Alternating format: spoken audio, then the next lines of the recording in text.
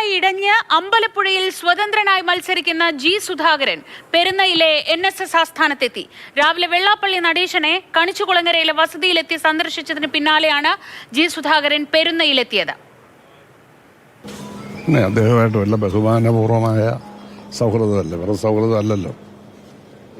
രാഷ്ട്രീയമായിട്ടുള്ള കാര്യങ്ങളോ സ്ഥാനാർത്ഥിത്വത്തിന്റെ കാര്യങ്ങളോ എന്തെങ്കിലും സംസാരിച്ചിരുന്നു?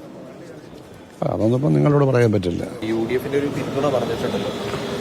ഇങ്ങനെ ടെലിവിഷനിൽ വാർത്ത വന്നത് ആളുകൾ പറഞ്ഞു, ഞാൻ കണ്ടില്ല, ഞാൻ രാവിലെ ഇറങ്ങിയതാ. അറിയില്ല, അത് നമ്മൾ കണ്ടില്ല. അത് കണ്ടില്ലല്ലോ, കണ്ടിട്ട് പറയാം.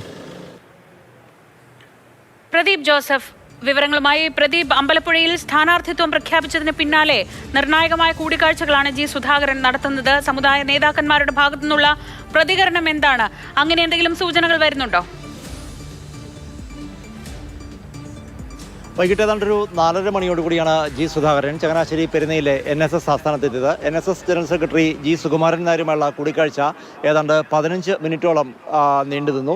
സൗഹൃദ സന്ദർശനവും സൗഹൃദ സംഭാഷണവുമായിരുന്നു എന്നാണ് ഇതിനുശേഷം ജി സുധാകരൻ പ്രതികരിച്ചത്. അതേസമയം സമകാലിക രാഷ്ട്രീയ സാഹചര്യങ്ങൾ NSS ജനറൽ സെക്രട്ടറിയുമായി ചർച്ച ചെയ്തു.